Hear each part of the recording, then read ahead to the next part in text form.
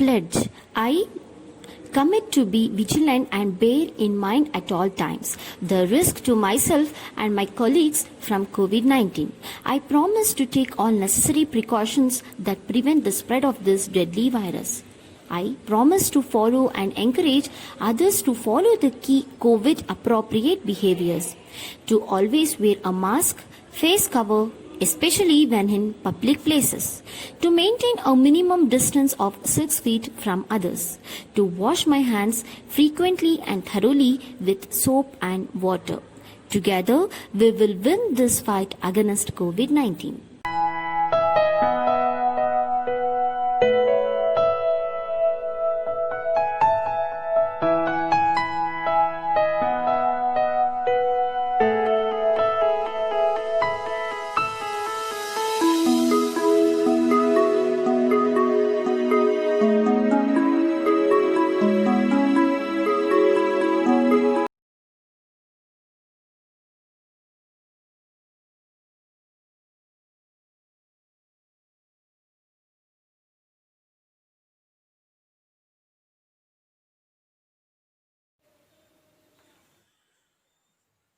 Good evening. Last class we started talking about the rise of regional independent kingdoms. So in that already we have talked about Marathas, Bengal, Oudh, Hyderabad, the Carnatic and the Mysore in the previous classes. So in the previous classes we discussed about 6 independent regional kingdoms. So we are at the last 2 regional kingdoms, that is Rajputs and the Sikh kingdom. Already we have discussed the 6, in which in detail we have talked about the Marathas and about the Mysore, the regional kingdoms and even the Bengal. After that, we are having the 2 more the independent regional kingdom, which was a part of Mughal Empire. And when the Mughal Empire got declined, so Rajputs and the Sikh kingdom, so it becomes one of the independent kingdoms. So how they became independent kingdoms and what are their changes they brought it out when they become the independent kingdom. So we will see one by one. So we are not going in detail about the Rajputs, but we will be talking about the Sikh kingdom in details about, because it's a very important one of the independent regional kingdom it is. So before talking about the Sikh kingdom, we will talk about the Rajputs. So when we talk about the Rajputs as a regional kingdoms, Jaipur, Jodhpur and Udaipur. So they are the 3 together forms as a principle of Rajputs. They are the 3 places together form as one of the independent regional kingdoms. So that is Rajputs. Okay, so they themselves became, and they were all the places which were under the control of Mughal or Mughal provinces. Okay, so under the Mughal province. So when Mughal got declined, so these 3 places became they themselves asserted as their independence. Okay, so they became an independence, but these 3 places, okay, the 3 places, they were separate. Okay, here it is given. The Rajput states did not unite. All these 3 places did not join together and they did not make one. Instead, they were all separate. Okay, they were all having a separate. And they did not consolidate their position. They never had any intention. Okay, or they never had any intention of coming together and forming as one of the empire which can be called as a Rajput empire. So that intentions were not having for, or that unity they did not have all these 3 places. Instead, these 3 separately they started to have their own rule. Okay, they started to have their own way of ruling. Okay, so that made, so Jaipur, Jodhpur and Udaipur. So when they were having separate system of set of rules and the regulation, and they had separate way of ruling, so they had having a practice of the five main aspects they were practiced. One is all these three had an individual goal. The goal was not one. Instead, they had an different goals set out by Jaipur, Jodhpur and Udaipur. And their interests also were different. Even the interest is something different. When individual goal is different, automatically even the interest can be, different. Okay, that is the one thing so which we are having. The next one practice they did it was in all these three was that is court intrigues. Okay, so the court intrigues. So that's court intrigues means secret plans. Okay, all three maintained a secret plans among themselves. Okay, that is the one thing. Then conspiracies. Okay, conspiracies. So conspiracies which says the plan also were completely, totally a suspense and it was difference. Okay, that's the one thing so which we are having. Then next we are having patriarchy. Okay, it says about unlawful practice. Okay, unlawful practice and corruption. All these five things we could see only in the Mughal rule or Mughal empire when they were ruling. The Mughal kings had practiced this. Okay, so that's once again it was replayed. Replayed means once again it was practiced in the court of Rajput rulers, that is in Jaipur, Jodhpur and Udaipur. So that made all these five aspects which they followed, they were called as an self-designs. Okay, that self-designs gave an advantage for English East India Company vulnerable and to establish or to capture the Rajputs and establish their rule, in the Rajputs. Okay, so that's the one, which we are having it. Then the next one we are having, so that will be the Sikh kingdom.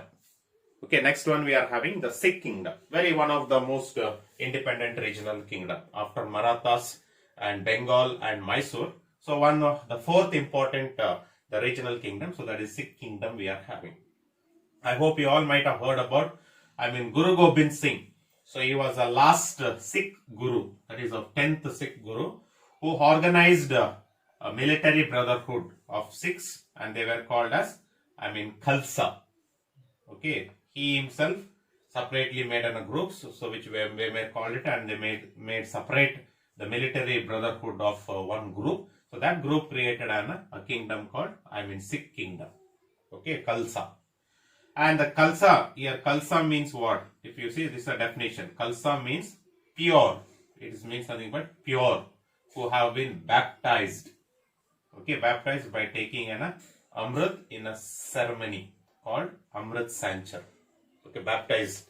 The holy water is being put on particularly on the people of Sikh and they are baptized. Baptized means nothing but, they are blessed and the naming is been done. So that Amrit, okay, the ceremony that makes the particular people into a separate groups, that group were called as Sikhs.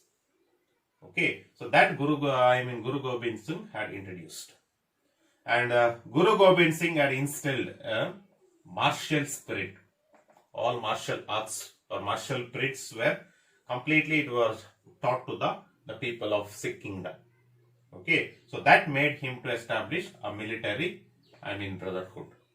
Okay, so that in that Punjab and Jammu Kashmir rose to a prominence in the last decade of 18th century. So under the leadership or under the guidance of Guru Gobind Singh.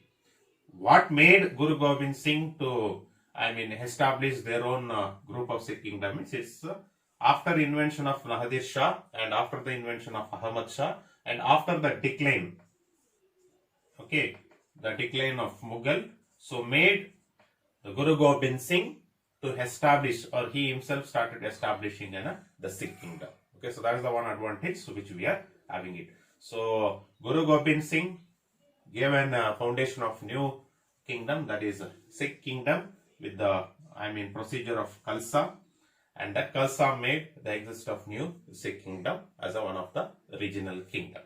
And here you can see the Sikhs were organized into confederacy of 12 missiles. Okay, they were classified into 12 groups, confederacy, in order to have the proper rule or proper system of administration, and each missiles were governed by one chief. Okay, one chiefs were appointed for each missile. So like that, 12 chiefs were there, and to 12 chiefs there was a person who is called as Ranjit Singh. Okay, so Ranjit Singh, so he is a master for remaining 11, and for the 12 missiles, so he was a master. Okay, so that made after Guru Gobind Singh, so Ranjit Singh became the master of Punjab by the end of the 18th century. Okay, one of the famous, ruler of the Punjab, so that is Ranjit Singh. Okay, so Ranjit Singh, when he became the ruler of Punjab in the end of the 18th century, there are two important things which we should know. One is, when he became the ruler of Punjab, he made a treaty with the British. That is Treaty of Amritsar. Then we have his achievements. Okay, we have his achievements, the two important achievements, so which we are having it. So that also you should know about it. So first we will talk about the Treaty of Amritsar. So what does this treaty says? Okay, so the Treaty of Amritsar that was signed in 1809. Okay, so 1809 between Ranjit Singh and Lord Minto. Okay, between Ranjit Singh and Lord Minto. So who is this Lord Minto? If you see, he is the Governor General of English East India Company. Okay, Lord Minto is a Governor General of English East India Company. That is British Governor General he was. So between Ranjit Singh, the ruler of Punjab, and Lord Minto, Governor General of English East India Company, the Treaty of Amritsar was signed in 1809.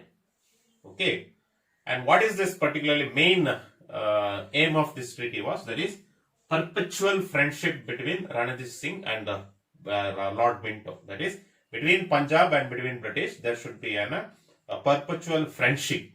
Okay, that is the this treaty mainly says. What is that perpetual friendship? You can see it here.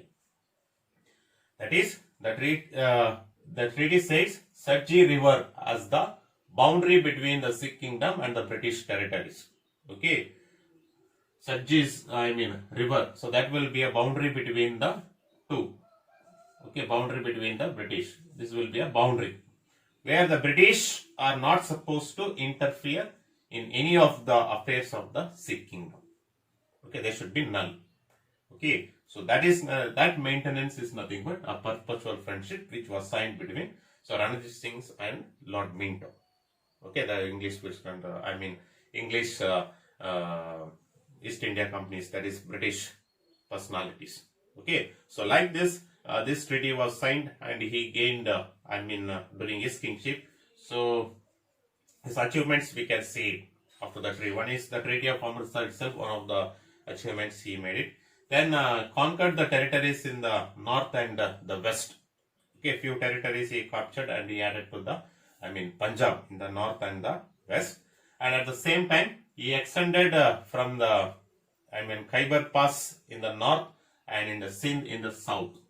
Okay, that is the extension so he made. So these are the three achievements of Ranjit Singh, so which we are having it. One of the powerful and one of the famous and most powerful, the master of Punjab. So that was Ranjit Singh.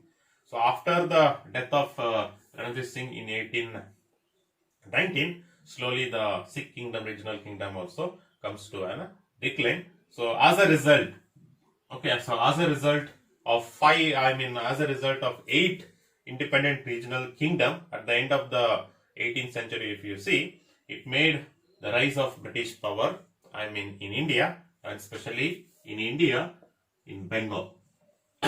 So that will be the next chapter, so which we are going to see how the British people among these 8. Okay, so all these 8 regional kingdoms were captured by British people, but capture Bengal, so they took little time. So what happened? Easily they captured the Sikh kingdom, Rajputs kingdom. They captured, and even Marathas, Mysore, Carnatic. Okay, all these places easily the British people they captured at the end of the 18th century. But to rise the British power in Bengal, it took in Bengal, so it took certain time. Okay, so what that rise of British power in Bengal? So how the British captured this Bengal and how they started to have a political domination so over Bengal. So that we will see in the coming chapter. Okay, so that's about the 8 regional kingdoms. So in that Marathas and Bengal, Mysore and the Sikh kingdom. So these are the 4 important regional kingdoms. So which we should know about it. And once again, all you just go with the textbook and refer the textbook, all the 8 regional kingdoms. So next class we will move with the new chapter. So that will be, traders. The British power, how the political domination they had begun. So that we are going to see in the coming 2 chapters. Thank you.